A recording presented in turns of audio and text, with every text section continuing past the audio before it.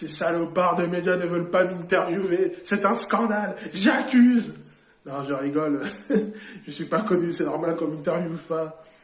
Je vais vous parler de mes influences dans le stand-up. Ceux qui m'ont influencé dans l'écriture, tout ça.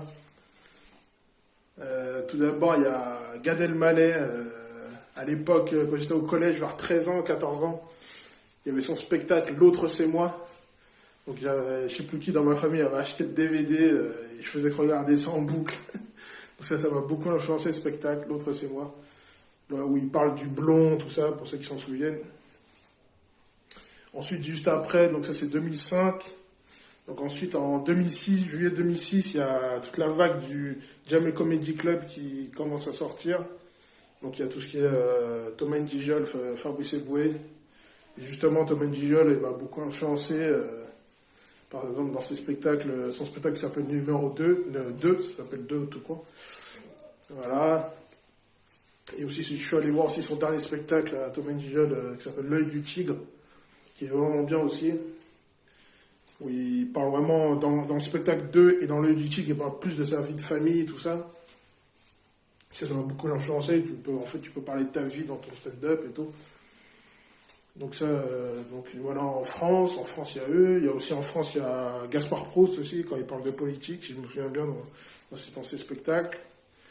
Et puis plus récent, il y a Fari aussi, qui m'a beaucoup influencé.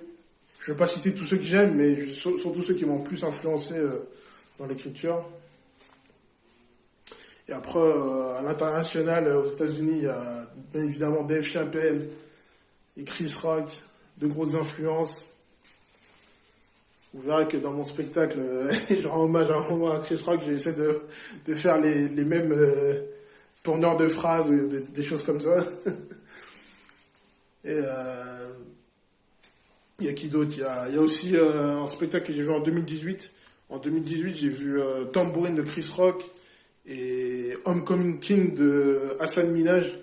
Et c'est quand j'ai vu Homecoming King de Hassan Minhaj que j'ai eu le déclic. Je me suis dit, en fait, tu peux faire un spectacle où tu parles que de ta vie et tout, que des anecdotes, tout ça. Ça m'a beaucoup influencé. Je me suis vraiment basé là-dessus sur mon spectacle. Puis il y a qui d'autre à l'international? Il y a le Sud-Africain Trevor Noah qui présente le Daily Show aux États-Unis. Lui aussi, j'ai regardé ses spectacles, ça m'a influencé. Puis voilà, je crois que j'ai fait le tour de mes influences dans le stand-up. Donc quand vous verrez mon spectacle ou mes sketchs, vous allez peut-être retrouver des similitudes. Je ne vais pas copier, non, je ne dis pas ça. Mais vous allez ressentir l'influence dans mes textes. Donc voilà. Alors vous, dites-moi, si vous ne faites pas de stand-up, quels sont vos humoristes préférés? Et si vous faites du stand-up, dites-moi quelles sont vos influences dans le stand-up, dans votre écriture, tout ça. N'oubliez pas de vous abonner, de liker. Et on se dit à la prochaine. Salut!